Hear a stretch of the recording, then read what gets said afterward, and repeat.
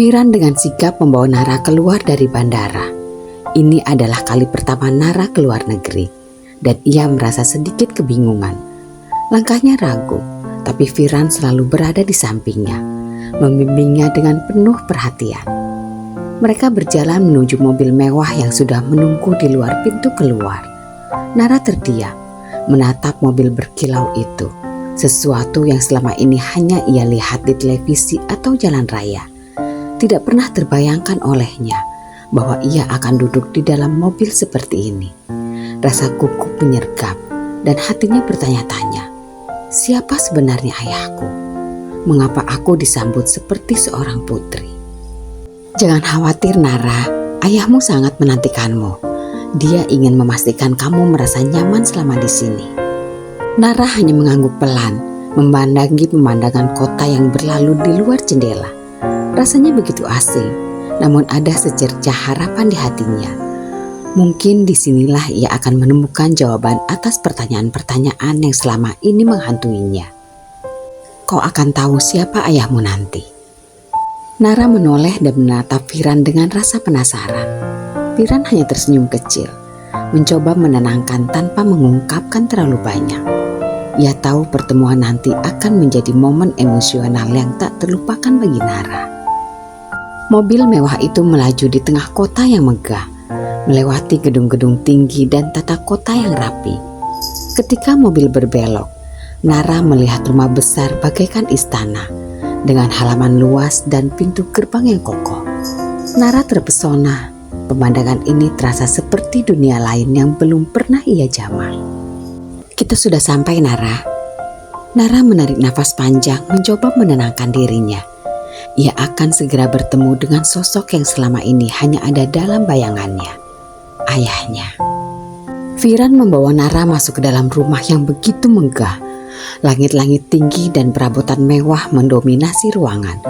Sementara foto-foto keluarga yang tertata rapi di dinding seolah bercerita tentang kisah yang belum pernah Nara ketahui. Hari ini adalah awal baru Nara, bisik Viran lembut.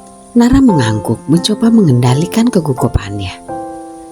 Viran mengarahkan Nara menuju sebuah ruangan khusus untuk tamu istimewa. Hati Nara berdebar semakin kencang. Di depan pintu kayu besar, Viran mengetuk perlahan. Ketukan itu terdengar tegas, seperti penanda bahwa momen penting telah tiba. Permisi Pak, kami sudah tiba. Pintu terbuka, menampakkan sebuah ruangan elegan penuh kemewahan. Di dalam berdiri seorang pria dengan senyum lembut dan wajah penuh haru. Nara, itu ayahmu. Pria itu adalah Hari, seorang konglomerat sukses yang selama ini menjadi misteri dalam hidup Nara. Dengan penuh kasih, Hari membuka tangannya mengundang Nara mendekat. Nara yang kini berkaca-kaca mendekat perlahan, lalu membiarkan dirinya dipeluk oleh ayahnya. Selamat datang putriku, maafkan aku karena baru bisa bertemu denganmu sekarang. Nara tak mampu berkata-kata. Dalam pelukan ayahnya, ia merasakan beban hidupnya perlahan menghilang. Air matanya tumpah, menangis sepuasnya dalam pelukan yang selama ini hanya ada dalam doa.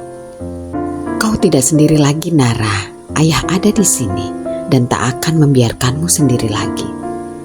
Nara memejamkan mata, berharap semua kepahitan masa lalu hanyalah mimpi buruk yang kini telah berlalu. Ayah, aku hanya ingin ini tidak pernah berlalu. Maafkan ayah nak, karena tidak pernah ada di sampingmu. Ibumu, dia telah merawatmu dengan sangat baik, membuatmu kuat.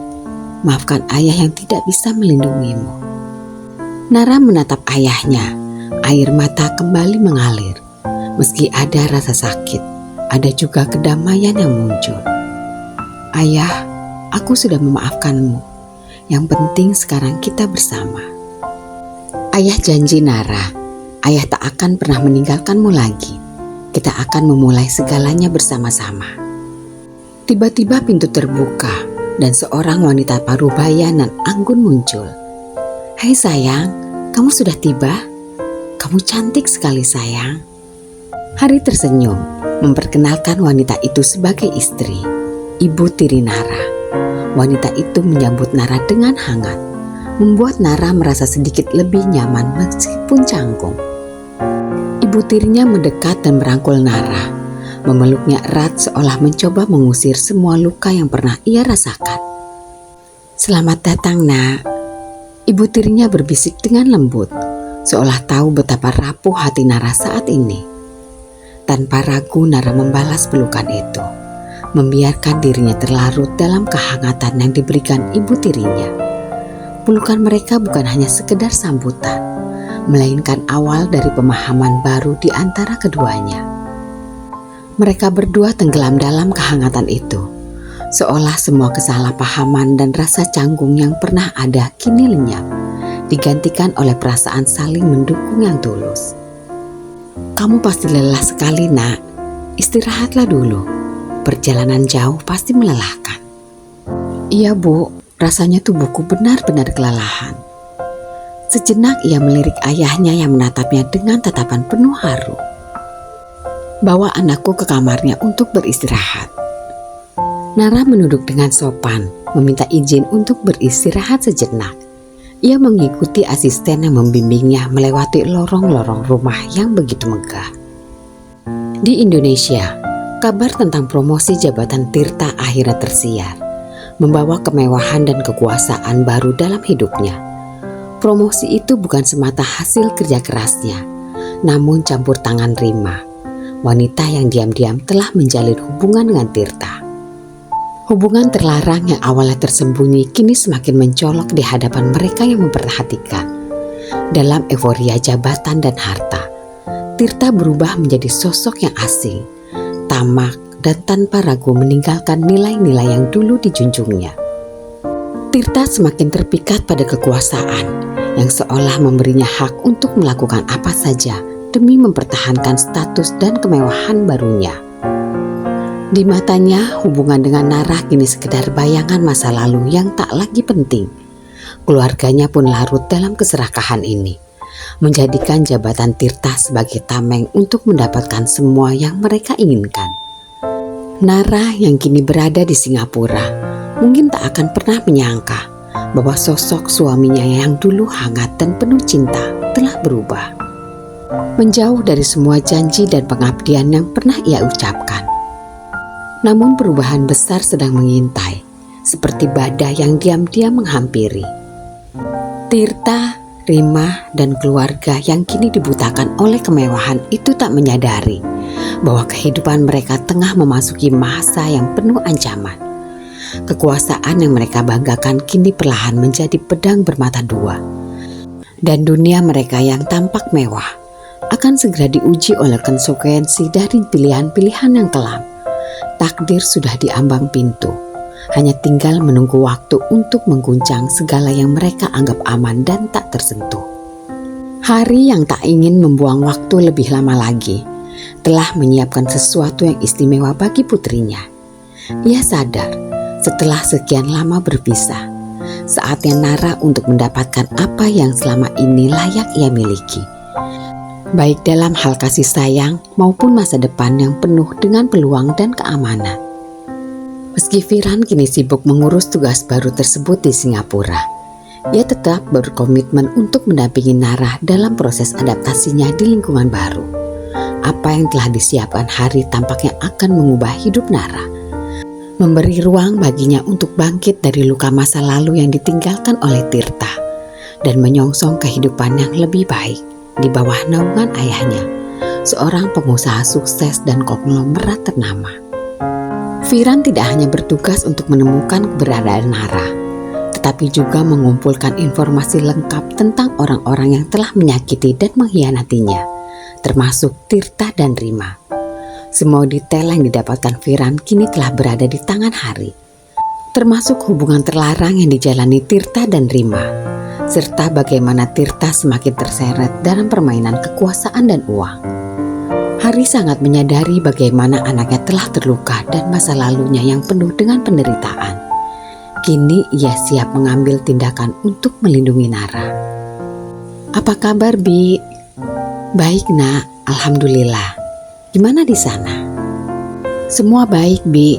Alhamdulillah. Aku Aku disambut dengan sangat baik di sini. Rasanya seperti mimpi. Kamu harus jaga kesehatan ya nak, biar semua lancar. Nak, sebenarnya aku tahu siapa ayahmu sewaktu Firan tiba dan menjelaskan semua secara detail. Hanya saja bukan hakku untuk memberitahumu, karena ayahmu lebih berhak memberitahumu. Bibi tahu dari awal? Iya nak. Nara menarik nafas panjang, mencoba menenangkan perasaannya. Aku mengerti, Bi. Terima kasih sudah selalu ada buatku, meski ada banyak hal yang aku tidak tahu. Bi Lasmi tersenyum lembut, seolah ingin menenangkan hati Nara yang masih bergulat dengan banyak pertanyaan. 2 bulan berlalu sejak Rima mengaku hamil, dan kini rencana baru mulai muncul di benaknya. Ia tahu harus menemukan cara untuk terus memperdaya Tirta yang semakin terjerat oleh kebohongan demi kebohongan yang telah ia tanamkan. Rima menyadari bahwa kebohongan ini harus berlanjut, dan kali ini ia memutuskan untuk memberi alasan yang tragis. Dalam pikirannya, Rima mulai merangkai skenario bagaimana semua ini akan berjalan. Ia berencana mengklaim bahwa dirinya terpleset di kamar mandi. Dengan rencana matang, ia mempersiapkan segalanya hingga tampak meyakinkan. Mulai dari ceritanya yang penuh drama hingga ekspresi sedih yang menyayat hati. Ketika momen itu tiba, Rima menjalankan rencananya dengan sempurna. Dengan linangan air mata dan suara gemetar, ia menceritakan pada Tirta bagaimana kecelakaan itu terjadi, meyakinkannya bahwa keguguran itu di luar kendalinya. Tirta yang sudah tenggelam dalam tipu daya Rima tak bisa lagi melihat kebenaran yang ada di depan matanya. Alih-alih curiga, Tirta justru merasa iba dan marah pada dirinya sendiri karena dianggap kurang hati-hati dalam menjaga Rima. Dengan licik, Rima berhasil menabatkan hatinya lebih dalam lagi dalam lingkaran kepercayaan Tirta yang kini sepenuhnya yakin bahwa Rima adalah wanita yang malang dan tulus. Perasaan bersalah Tirta membuatnya semakin tergantung pada Rima, tak lagi peduli pada kenyataan yang pernah ada bersama Nara, seolah-olah wanita itu tak pernah menjadi bagian dari hidupnya. Mendengar cerita Rima tentang keguguran yang ia alami, Ibu Tirta merasakan simpati yang mendalam. Alih-alih merasa marah atau curiga, hatinya justru tersentuh. Dan ia tidak bisa menyembunyikan keinginannya untuk segera melihat Tirta dan Rima bersama dalam pernikahan resmi. Baginya ini adalah langkah terbaik untuk keluarga, terlebih setelah apa yang baru saja mereka lalui. Di ruang keluarga, suasana hening saat Ibu Tirta mengungkapkan keinginannya. Nak, bukankah ini saatnya untuk melangkah lebih serius dengan Rima? Kasihan dia sudah melalui banyak hal demi dirimu. Tirta mendengarkan perkataan ibunya dengan sabar, tapi ia tak langsung menyetujui.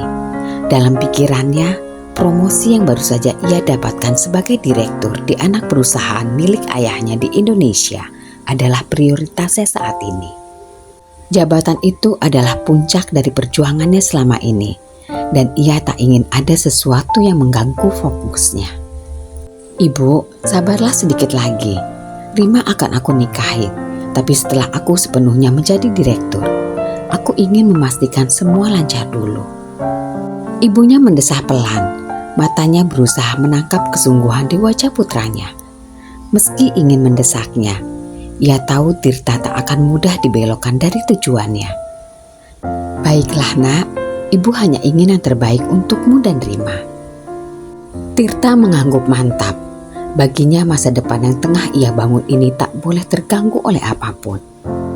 Ibu Tirta pun akhirnya menerima keputusan itu. Meski ada sedikit harapan di hatinya bahwa pernikahan Tirta dan Rima akan segera terwujud, memberi mereka status baru dan menghapus kenangan lama yang mungkin masih tersisa di hidup putranya.